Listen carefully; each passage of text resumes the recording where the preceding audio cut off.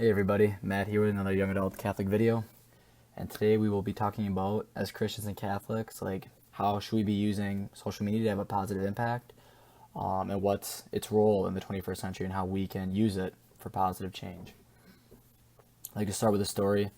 There was a young boy, rural, whatever, Nebraska town, and he's looking for a puppy for his birthday. It's his present, and he's walking around and he finds a farmer that conveniently is selling some.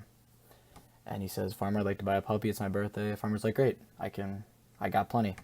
So he whistles, and they start running out of this little kennel that was in their yard, and a couple, a litter, whatever, 7 or 8, come running out. And the little boy notices one kind of running in after the other ones, who's a little slower, has a limp.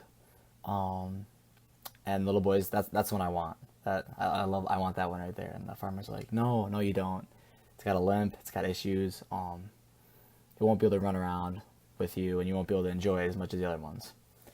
And so the boy rolls up his pant leg, revealing metal braces on both sides of his legs, and said, "That puppy's just like me. I love it. It's mine." Tear in the eye. And the farmer's like, "Perfect," you know. So I'll circle back to that in a minute. But first and foremost, when it comes to social media, really think to yourself, how much time should I be spending on this? If you're doing it to try and have a positive change on the world, great. But if you're doing it just to scroll through friends' stuff or play games or whatever, you can start to realize how much time you're using on that and really kind of wasting that time, because you're not really doing anything with it. You could be doing more productive things or more fun things or enjoying time with other people, your family, friends. That's not time well spent. But number two, and circling back to this story, the power of empathy when it comes to social media, especially when we're posting things or we see things posted by other people. Another story, and then I'll continue on that. Jesus in the Garden of Gethsemane. I think that's how it's pronounced, I think. There's this huge army, or cohort it's called. A bunch of angry guys want to find him, Jesus, so they can arrest him and ultimately kill him. And they're angry and rioters. They got their pitchforks, their pitchforks and their fires and stuff. Not funny. Jesus is in the garden. Anyways, and Judas is there, obviously, because Judas has to bring them to him. And Judas, says, "Rabbi, teacher," kisses him. So the guard knows it's Jesus. Try and picture what Jesus is feeling in that moment. The rest of his disciples have ran off and fled, so he's all alone. And his 12th apostle, the one that he chose, is handing him over to be executed. There was a great reflection I read. I forgot who it was by. But it talks about how Jesus knew that Judas has been seduced by the devil. Jesus knew what Judas was dealing with, and probably some of the things that were going on in his life. Jesus didn't mock him. He didn't attack him. He didn't verbally abuse him. He didn't physically attack him. But he looked into the eyes of someone he had chosen, someone that he loved, and someone that he wanted to get to heaven. And instead of doing all those things, he looked at him and tried to understand what Judas was going through. A lot of political things going on, a lot of things going on in the world right now.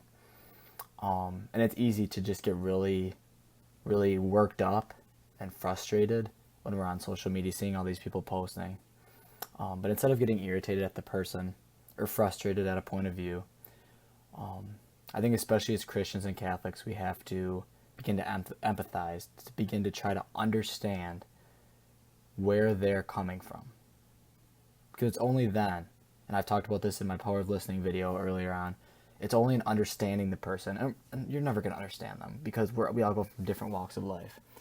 But it's by beginning to understand and by beginning to listen that people will open up and will listen to you as well. The final moment of empathy is the death of Lazarus.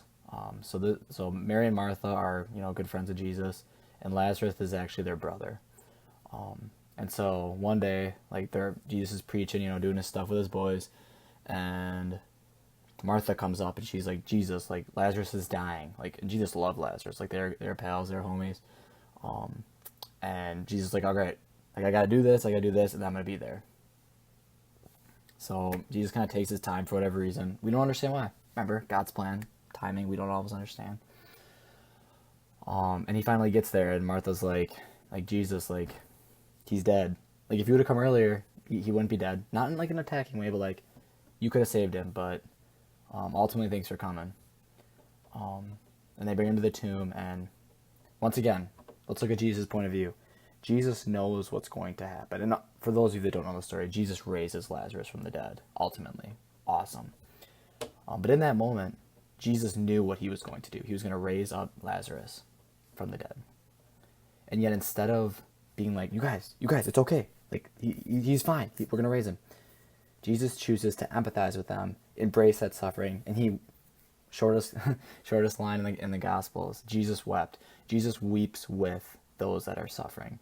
He empathizes with them, he embraces that suffering, and he does it as well. We can't begin to understand the other side of a political argument. Even people that are so, so evil, we see them, that there can't be anything right about them because their thoughts and their actions are so evil. Where does the evil end? Maybe they had an abusive parent. Maybe they had no parents. Maybe they, we can't justify the evil, but we cannot begin to think that we fully understand where they're coming from. That doesn't justify the evil. That doesn't justify their actions. But by beginning to empathize, we can hate the sin instead of hating the sinner. I think what I love most about the Gospels is how Jesus reaches out to the outcasts, to the poor, to the lame, to the sinners. Because sometimes it's the people that we don't want to talk to, the people that we don't want to empathize with, the people we don't want to love, that we should really be spending the most time with and getting to know better and understanding.